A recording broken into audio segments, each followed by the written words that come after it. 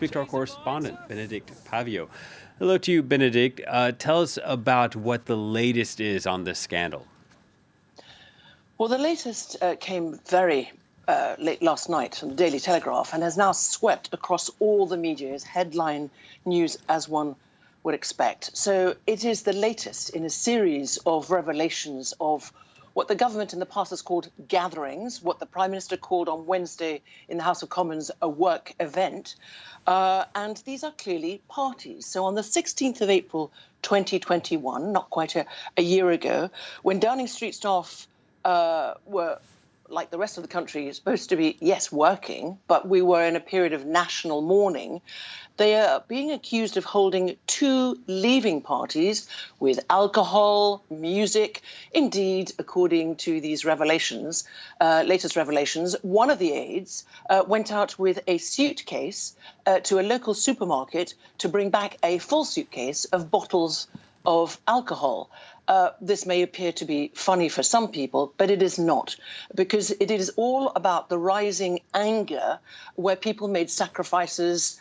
And at the time, you could not meet people indoors that were not from your household. And here we have 30 or 40 people or more, partying away. And the timing of it is quite shocking, because the very next morning, the Queen was at the funeral, respecting the COVID then rules of 30 people in the chapel for saying goodbye to her husband, her beloved husband, Prince Philip, the Duke of Edinburgh.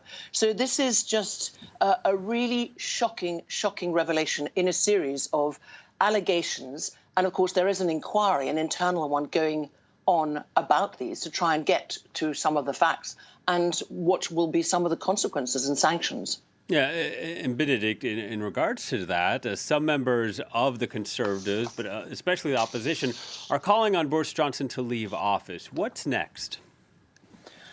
Well, that is the million-pound question. We don't quite know what is next. Now, what is important to underline is in this latest revelation of these two parties held on the eve of the Duke of Edinburgh's funeral, it would appear that the Prime Minister, Boris Johnson, did not attend, unlike the work event, as he called it, or party that he apologised for on Wednesday in the House of Commons, which took place the year before.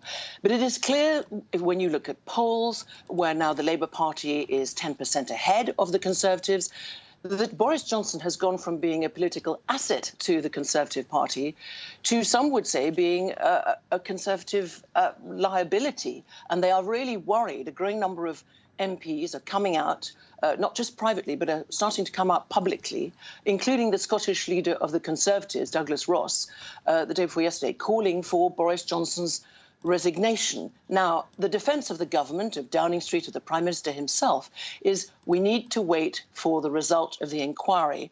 This is being carried out by a woman called Sue Gray, who many people say is very independent-minded. But the fact is, this is not an independent inquiry.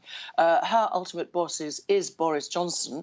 And there is considerable and mounting anger across the United Kingdom, not just in the opposition party, where on Wednesday, the leader of the opposition, Sir Keir Starmer, for the first time, actually asked face-to-face Boris Johnson to resign.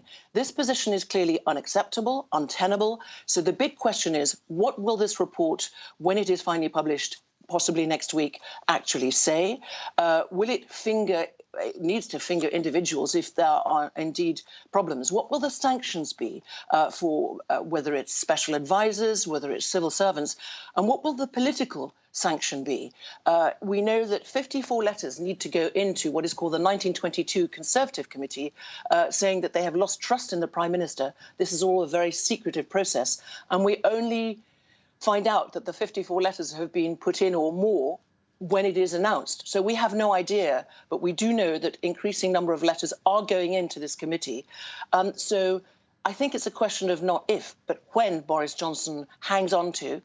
Is he going to try, as some say, wait till the May elections, local elections, where there might be a really bad result for the Conservatives? May feels like a very long time to wait. All right. Thank you very much, Benedict. Benedict Paviot reporting from London.